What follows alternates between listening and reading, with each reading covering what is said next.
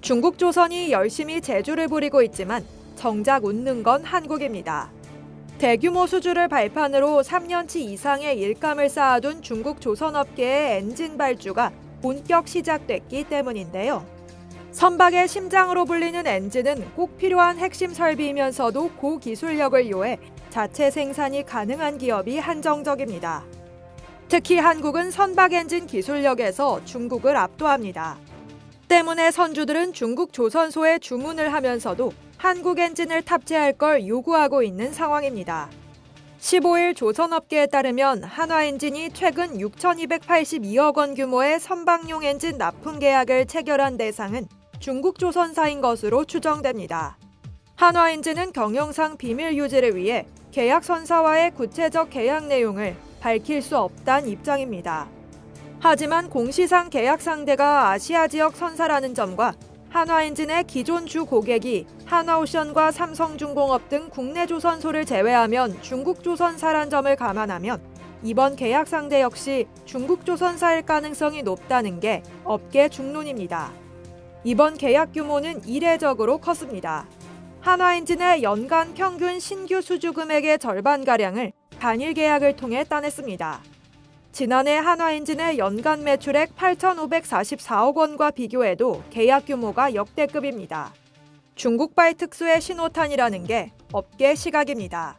한 업계 관계자는 대규모 수주로 중국 주요 조선사들도 3년 이상의 일감을 확보해둔 상태라며 건조 일정을 맞추려면 핵심 부품인 엔진의 원활한 수급이 이루어져야 하는데 한국이 핵심 교두보 중 하나라고 말했습니다. 중국 조선업계는 지난해 전 세계 선박 발주의 71%를 가져갔습니다.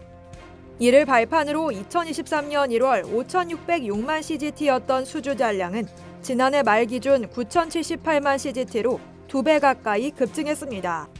엄경아 신영증권연구원은 중국 상위 4개 조선사는 2029년까지 대부분의 수주가 확보됐지만 협력사 밸류체인을 모두 갖추고 진행한 수주가 아니어서 필수 기자재 수입 수요가 증가할 수밖에 없다며 선박 엔진 확보 전쟁이 시작된 것으로 보인다고 말했습니다. 3년 이상 일감을 확보한 국내 조선소 수요에 중국발 수요가 추가되는 셈입니다. 업계는 엔진 기업 인수를 통해 이 같은 특수를 흡수할 체제를 이미 다져둔 상태입니다. HD현대그룹은 지난해 7월 STX 중공업을 인수하고 사명을 HD 현대마린 엔진으로 변경했습니다. 이에 따라 대형 선박용 엔진과 중소형 선박용 엔진의 엔진 포트폴리오를 완성했습니다. 한화그룹은 지난해 2월 선박용 저속 엔진 세계 2위 기업인 HSD 엔진을 인수해 한화엔진으로 사명을 바꿨고 올해 초 역대급 계약을 맺었습니다. 중국발 특수를 타고 실적 개선 추세에 속도를 더할지가 관건입니다.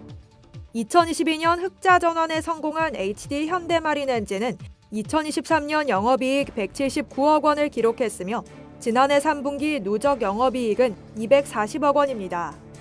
2023년 흑자 전환한 한화엔진은 지난해 3분기 누적 기준 533억 원의 영업이익을 냈습니다. 금융정보업체 FN가이드가 집계한 증권가의 올해 HD 현대마린 엔진과 한화엔진의 영업이익 평균 추정치는 각각 445억 원, 1,018억 원입니다. 이상 여의도튜브였습니다.